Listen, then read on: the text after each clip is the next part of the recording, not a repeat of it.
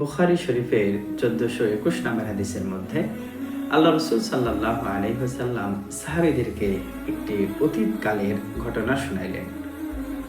ঘটনা হইতেছে, এক ব্যক্তি সে মনে মনে নিয়ত করলো যে আজকে রাত্রে আমি সদকা করব, এবং সে সদকা করার জন্য রাত্রিবেলা বাইরে বের হলেন এবং সে সদকা করলেন এমন ব্যক্তিকে যে ব্যক্তি ছিল সারিক অর্থাৎ চোর।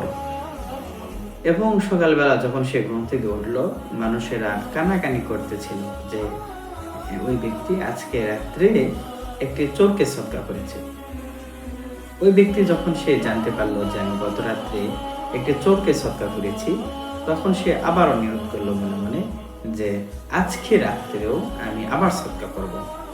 তো তখন রাত্রে যখন হয়ে গেল, সেই ব্যক্তি আবার সদকা করার জন্য বাইরে বের হলেন এবং হওয়ার পর সে আবারও সদকা করলেন। সদকা করার পর সে ঘুমিয়ে গেল। সকালবেলা উঠে সে জানতে পারলো যে আজকে যে গত রাত্রে যে সদকা করেছে, সেই সদকা একজন ব্যভিচারী নারীকে অর্থাৎ দেহ ব্যবসায়ীকে সদকা করেছে। এটা জানার পরও সে মনের মধ্যে অনুতপ্ত হলো এবং সে আজকেও নিয়ত করলো যে আমি আজকে রাত্রেও আমি আবার সদকা করব। এবং যখন রাত্রে হয়ে গেল, তখন সে সদকা করার জন্য ঘর থেকে বের হলো। হওয়ার পর সে আজকেও সদকা করলো এবং সদকা করার পর ঘুমানোর পর সকাল যখন হয়ে গেল, তখন মানুষেরা তৃতীয় দিনও একে অপরের সঙ্গে কানাকানি করছিল যে ওই ব্যক্তি আজকে একটি ধনী ব্যক্তিকে সদকা করেছে।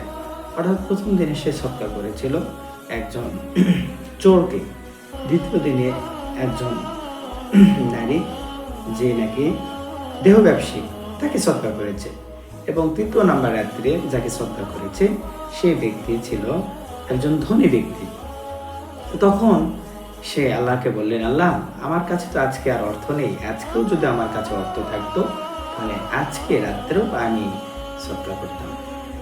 এবং যখন সে রাত্রেবেলা ঘুমিয়ে গেল, আল্লাহ রাব্বুল আলামিন তখন তাকে একটি স্বপ্নের মাধ্যমে তার এই সদকা, এই দানের ব্যাপারে তাকে একটি সুসংবাদ দিলেন যে প্রথম দিনে তুমি যে সদকা করেছো, এই সদকাটাও আমি রব্বুল আলামিন কবুল করে নিয়েছি। তুমি যাকে যে চোরকে সদকা করেছো, সে চোরটা এই সদকা পাওয়ার কারণে সে রাত্রে আর চুরি করে নাই, তাহলে অবশ্যই তুমি সে আজকে ভালো কাজ করেছো। দ্বিতীয় রাত্রে তুমি যে ব্যভিচারী নারীকে তুমি সদকা করেছো, তোমার এই অর্থ পাওয়ার কারণে সে রাত্রে আর সে এরকম অপকর্মে সে আর লিপ্ত হয় নাই। তৃতীয় দিনে তুমি যাকে সদকা করেছো, ধনী ব্যক্তি, সেকে তুমি সদকা করার কারণে সে দান করার প্রতি এরকম উদ্বুদ্ধ হয়েছে, হ্যাঁ আমি তো ধনী ব্যক্তি, আমি তো সদকা করি না। সে একজন গরিব ব্যক্তি, সে সদকা করলো এবং সে কি হয়েছিল, উদ্বুদ্ধ হয়েছিল। এই জন্য আমরা যে দান করি না কেন, যে সদকাই করি না কেন, অবশ্যই আমাদেরকে ভালো মানুষ দেখে করা, এটা তো অবশ্যই গ্রহণযোগ্য নিয়ম।